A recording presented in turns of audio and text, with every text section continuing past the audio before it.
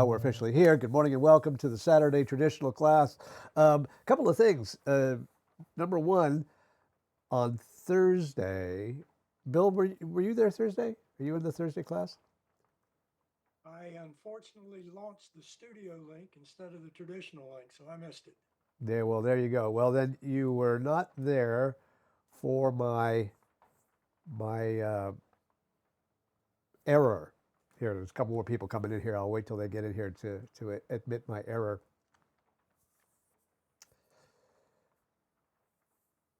I'm just waiting for them to come in. Um, so on Thursday, I announced that this coming week, starting tomorrow, Thursday class would be canceled because I was out of town. In point of fact, it's the following week when I am out of town. So this coming Thursday, there will be class. So I'm going to send out an email today to remind everybody about that. But just to let you know, so that was a missplash, misspeaking.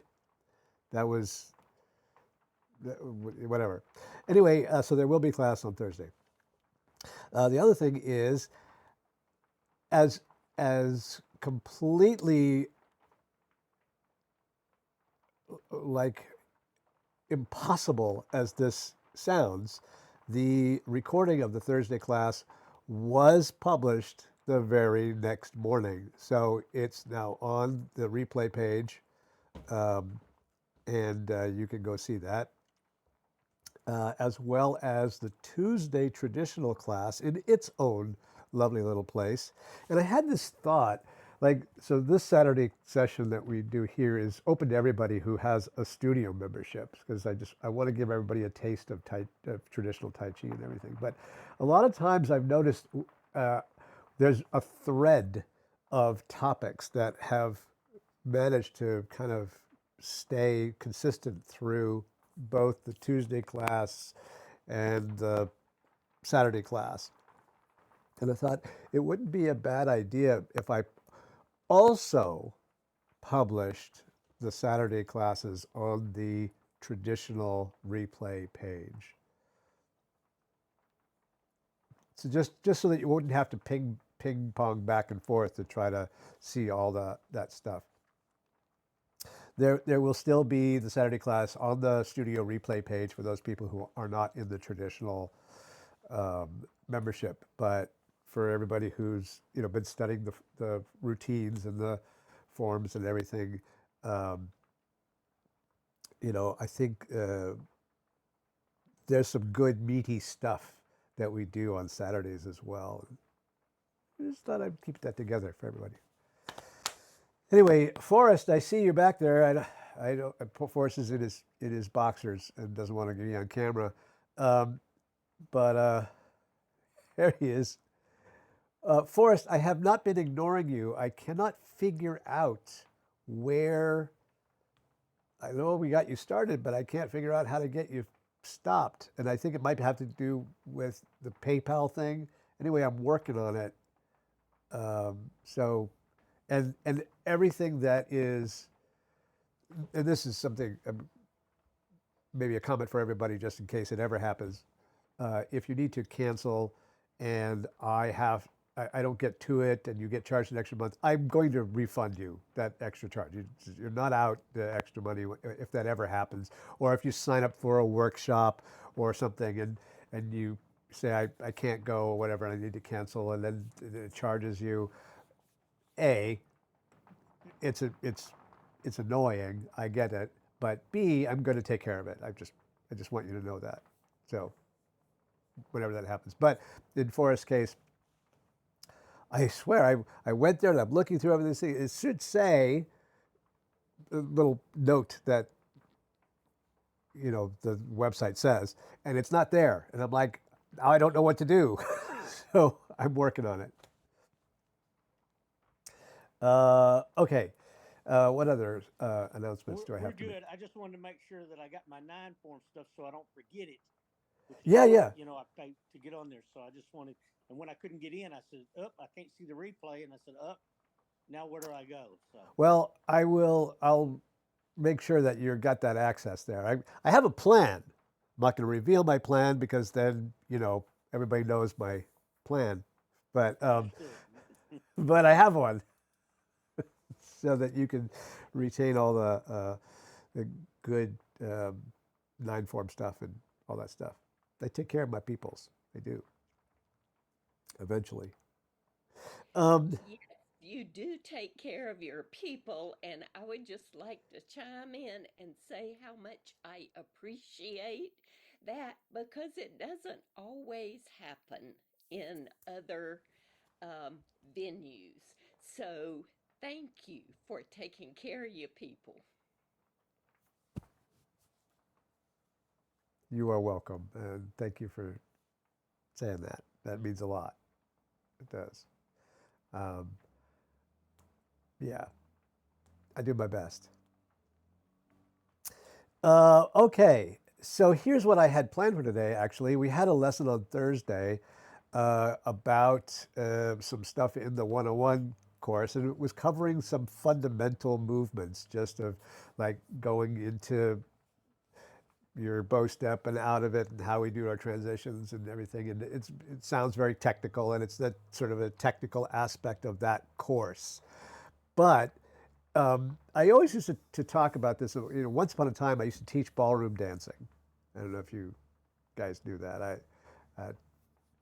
um, had a job where I got paid to teach ballroom dancing, and I used to. And people would come to the class all the time, and basically what people do when they take ballroom dancing is that they're paying people to dance with their spouses so that they don't fight with each other.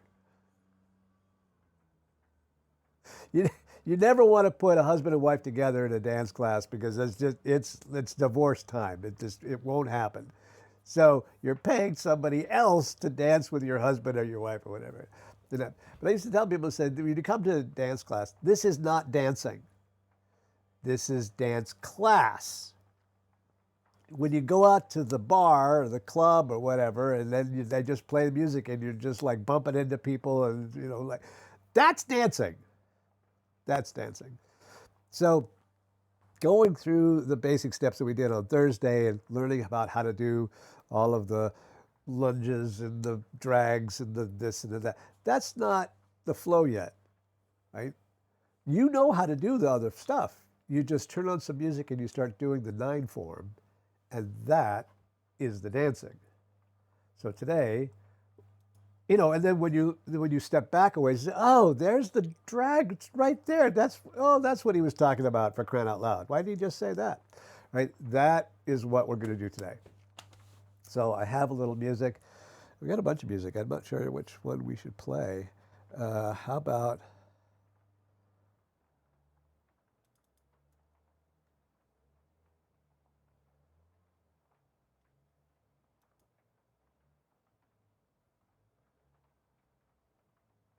Can you guys hear music?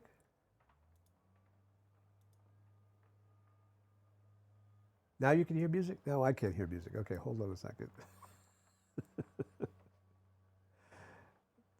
It's doing that thing again.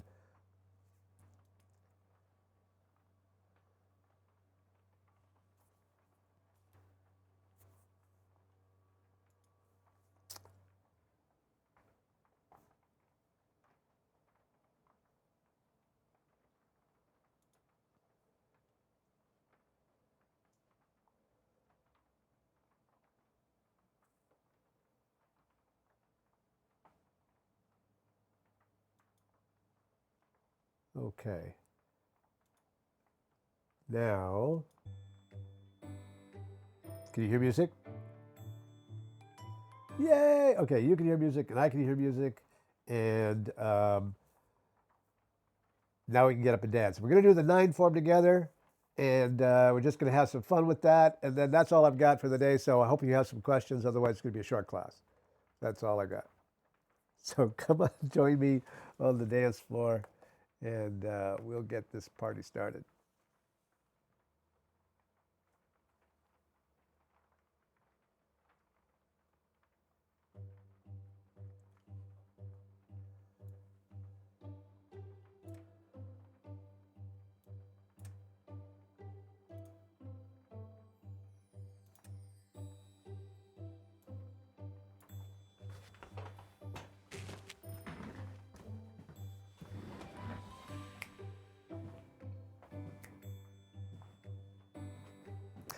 once again, even though we've been talking about all this technical stuff, remember that you don't have to be technical. You don't have to be precise. You don't have to be scientific.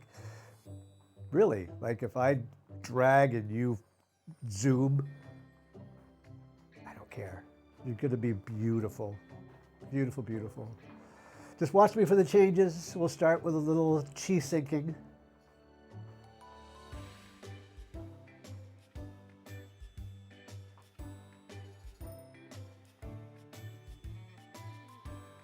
It's a rainy day here in Washington. It's cooled off a bit.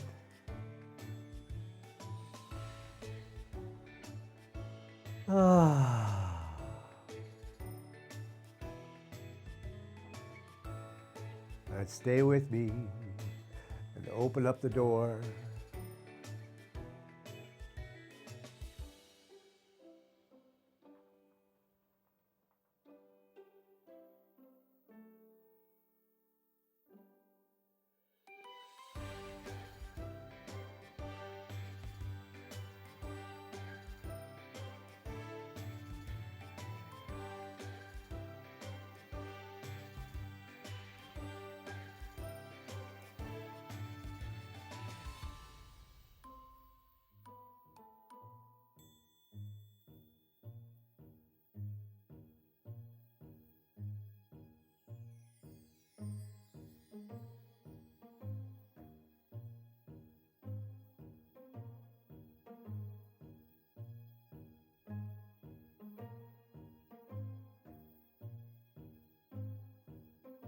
Just waving those two arms in.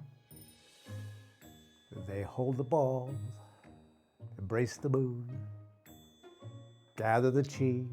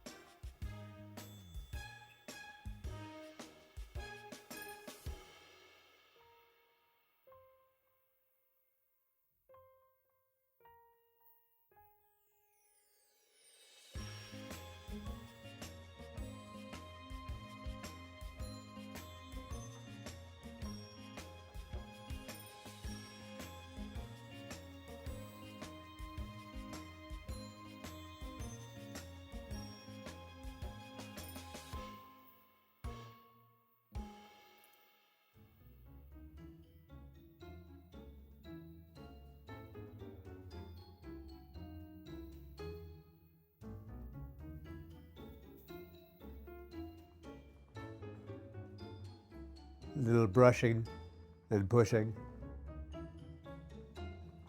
Embracing the moon. Variation. Yeah, just like that.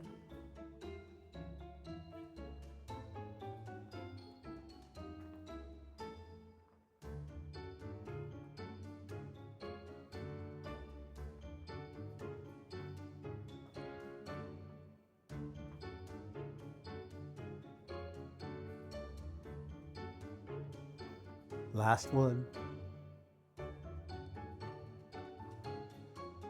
Just drag it across the sky. Embrace the moon, but variation.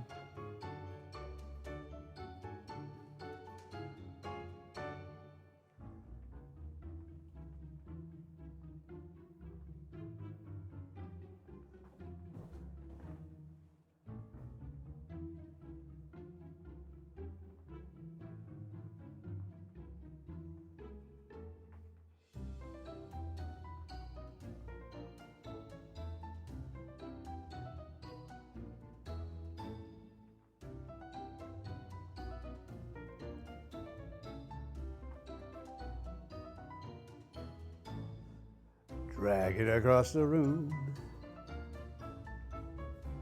Wave them in, catch the ball. Party horses made. Sit back and catch the moon.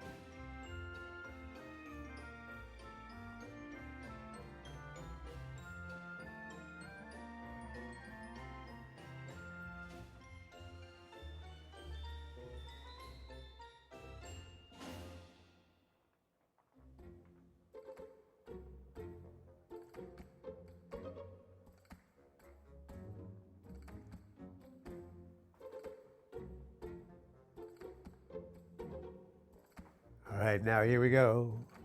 Stay with me.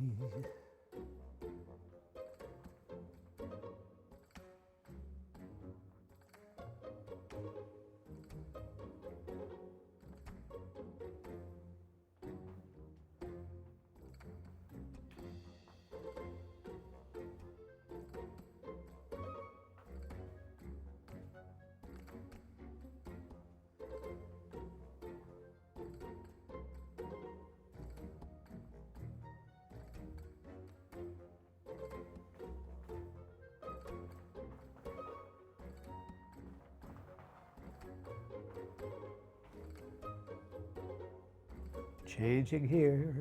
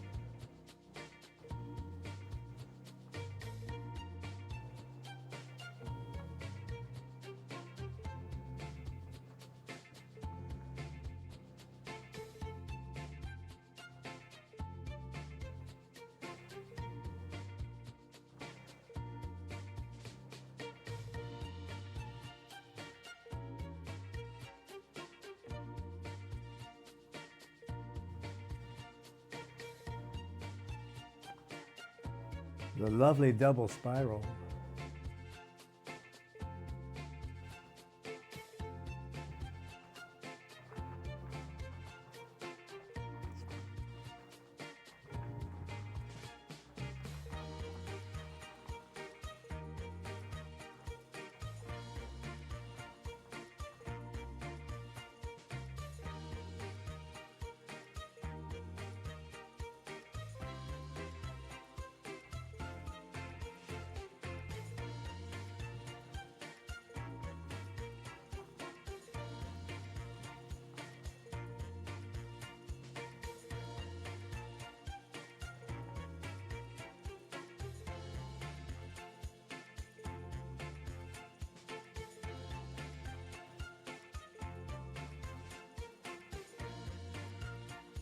Here it comes again.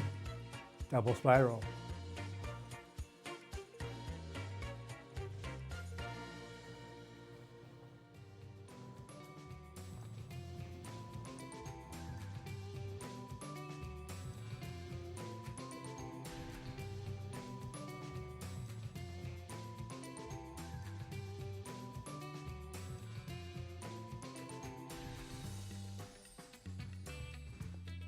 Here we go. Zoom.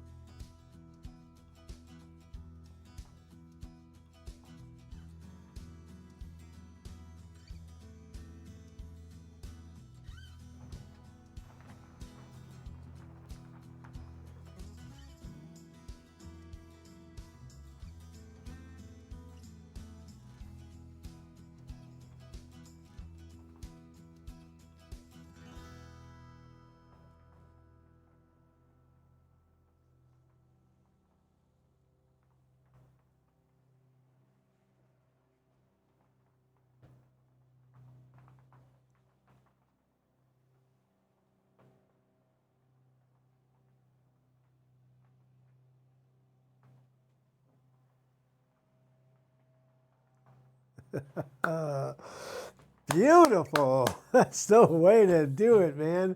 That's awesome. Oh, so, all that stuff that we did on Thursday, that was what it was. That's all it is, right?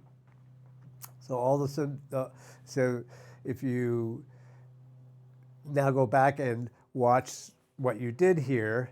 How did I connect the pieces together? That's the basic, lesson. That's the basic question of the lesson. How did I put all that stuff together? Well, I had to connect, by catching the moon. Then I had to connect the two sides by sometimes dragging it across and sometimes double spiraling, just depending on whatever you want to do. And those transitions currently appear in a certain order in this choreography, but that's completely arbitrary. You could do it differently.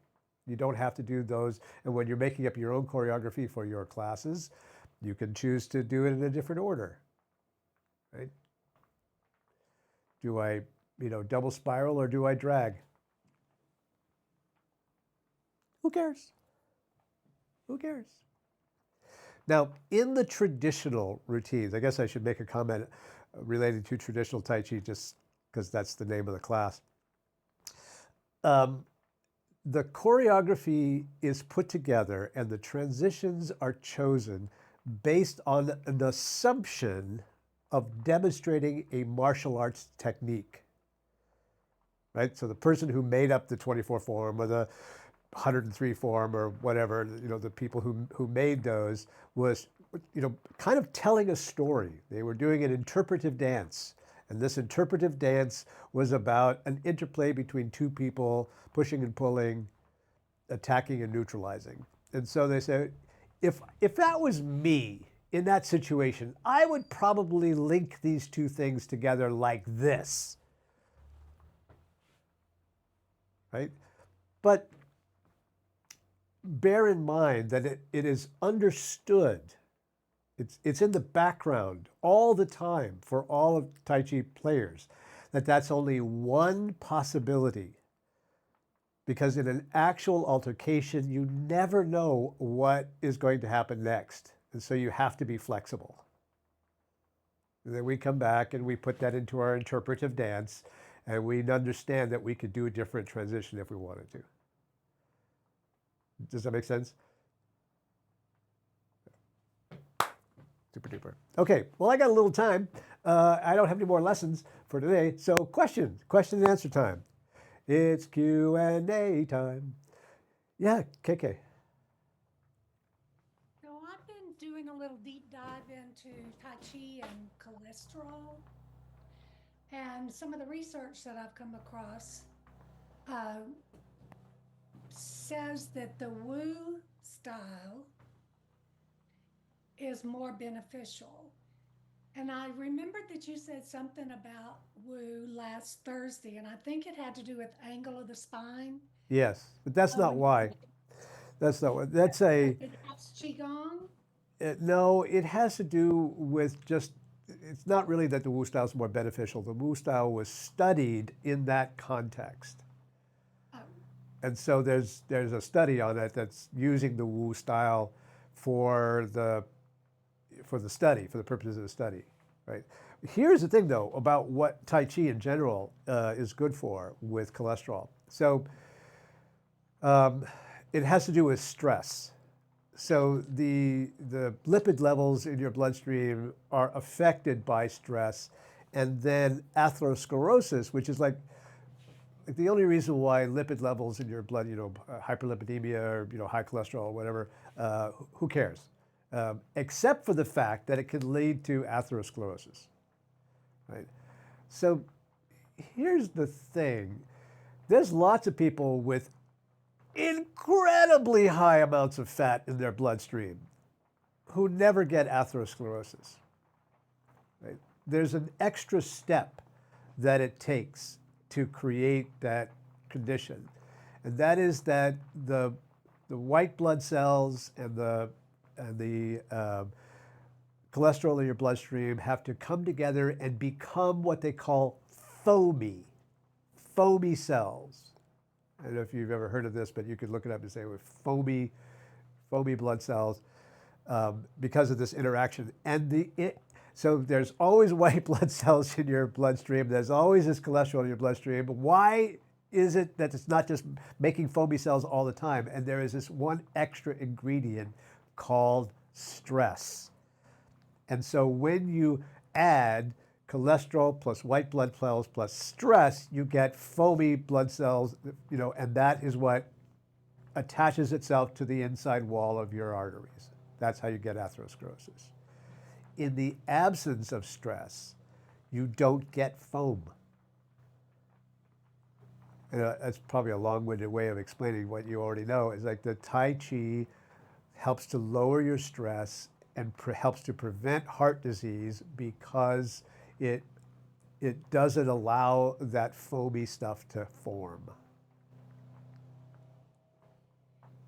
And according to the Harvard Medical School, it's one of the best things that you can do for that.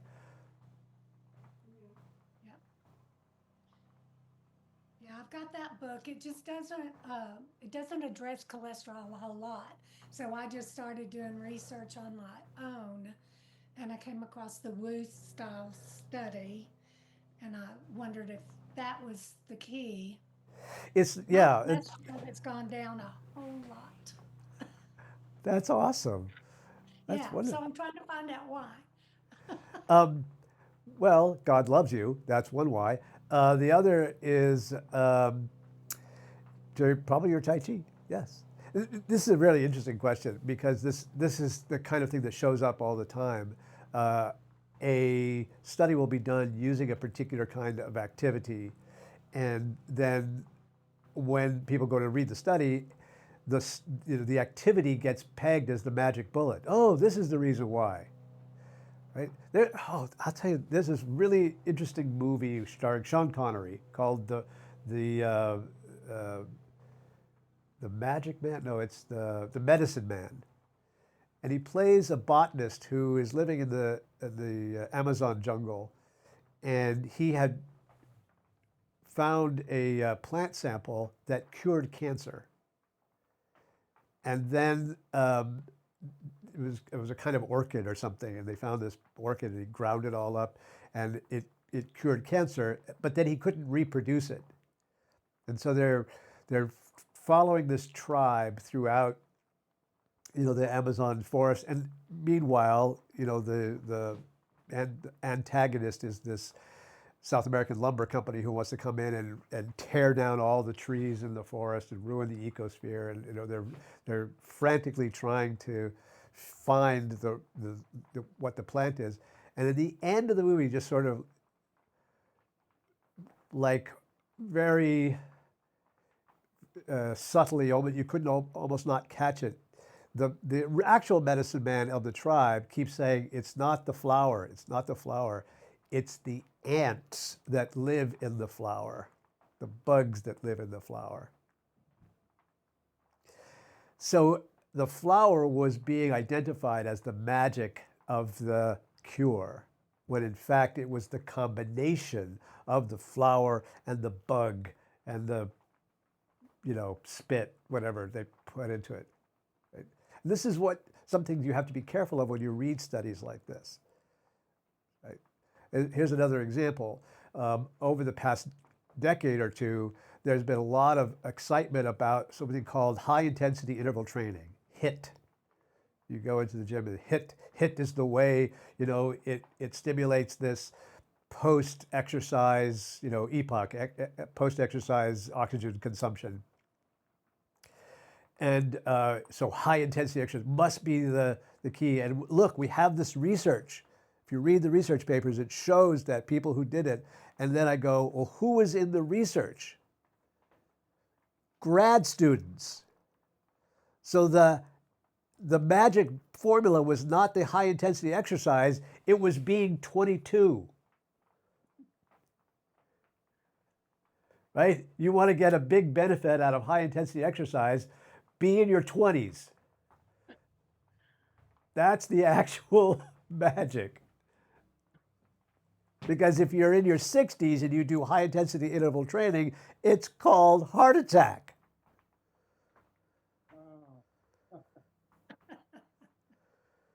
So you have to be careful sometimes when you read those studies. It wasn't the Wu style. It's Tai Chi itself was the main thing. It was just that the Wu style was the one that was studied. Okay. Thanks. You're very welcome. Dee, you had a question. Yes, I did. Thank you. But I also wanted to say thank you so much for that beautiful flow. It just felt so good. Yes.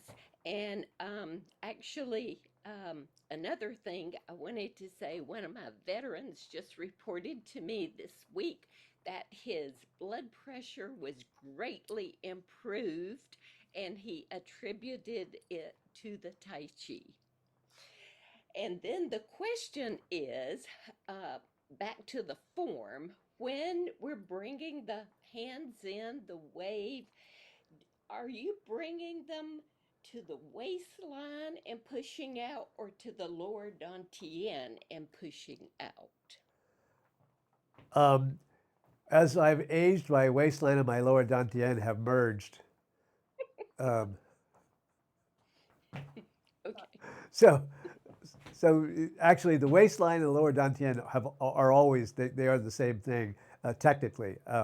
So the dan, so the waist, as we translate this from Chinese, the word in Chinese is yao, the yao. And so every time we talk about the waist, it was at some point we got that word because somebody translated the word yao as waist, and that's just not a really accurate word to use because in American English especially, we think of the waist as the belt line and your spare tire and that's my waist. But the yao is very specific. It is this area of the lower back just below the kidneys. And it sort of is localized in the low back, but it extends around like like a belt. And so when you're talking about this low back, um, and this place in the low back here, the yao, is an acupuncture point called the Mingmen. The Mingmen. And the Mingmen is directly opposite the lower dantian.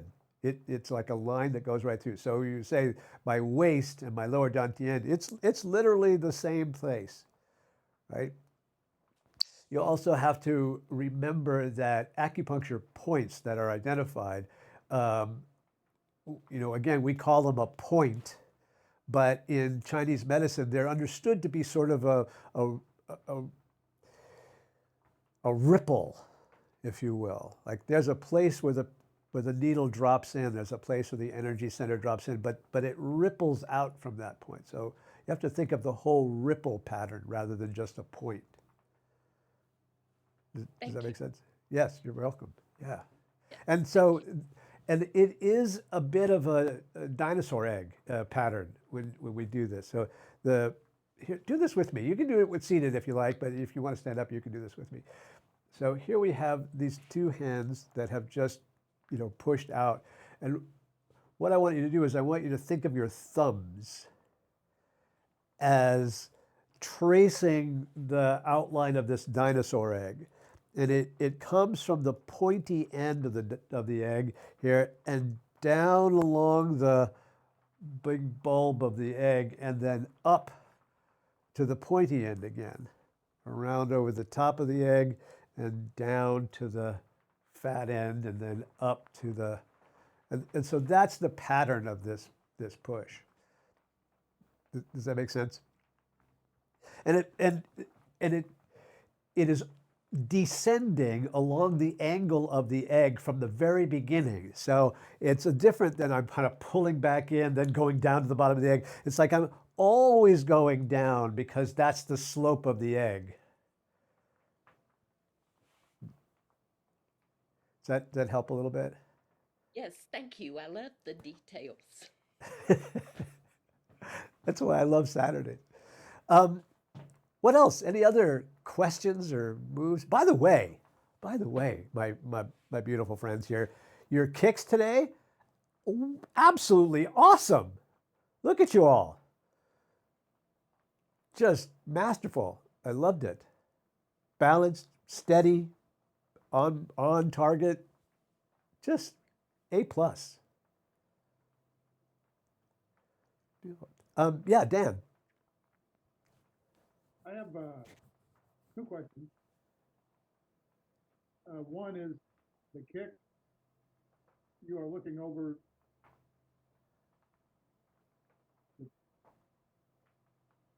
the 10 o'clock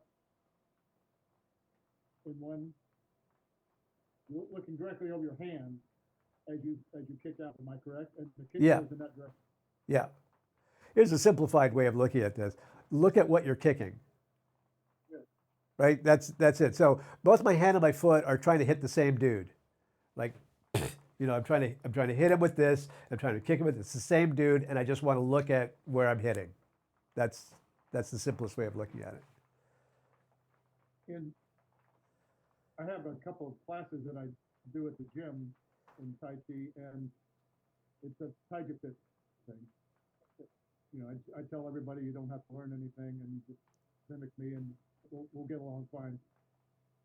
What I have in the past, I tend to speed up about halfway through, and what I've started to do is I'll rate, like for example, in the horse's mane, when we repeat that several times, I'll raise my foot the entire time, and I'll think about the slow toe and that way I can maintain the pace that I want to do that. Is that kind of correct form? I mean, if I was thinking of traditional Tai Chi, would that be a correct form to do? To lift your foot up instead of just sitting back, you lift your foot up. Is that what you're saying? I've often thought of this as a progression of. I think. Let me go back. Brilliant, absolutely perfect. It's a great idea, and I've thought of this often. We've done it sometimes. One of the reasons why I don't do it all the time is because we often have people who are newer and whatnot. So I'm just mixing the levels. Fundamental principle of Tai Chi Fit, the flow method, is to teach to the lowest common denominator in your room. Now, depending upon the group, that lowest common denominator might be high, might be really, like an advanced or intermediate student. It might be sometimes they're beginning students. So that is one reason why I don't always lift the foot. But this is actually a very logical progression, right? To increase, as you increase the complexity of movement, you do increase flow, as long as it's not confusing, as long as it doesn't interfere, it doesn't become a flow blocker. But if it doesn't become a flow blocker, it can become a flow release factor. So this pattern of sitting back to hold the ball here can become this as well. This is a logical progression of the pattern. So if you've got a group who's going for it, and that whole pick up the foot and put the foot down again gets smoother and smoother and smoother because we get best at what we practice most. Right? Exactly. So here's a challenge for you. If you think of it, right now you feel really comfortable stepping out and just staying and just swaying back and forth. Then when you start to add here, this is a little bit different. A little bit. If you keep practicing it, this will feel really smooth and natural, and this will feel a little weird or different. Yes. Not weird, but different. Yeah. Super. Great questions. What else? All right, then. Well, I'm coming back in, and we can wrap this puppy up and have a great rest of the afternoon.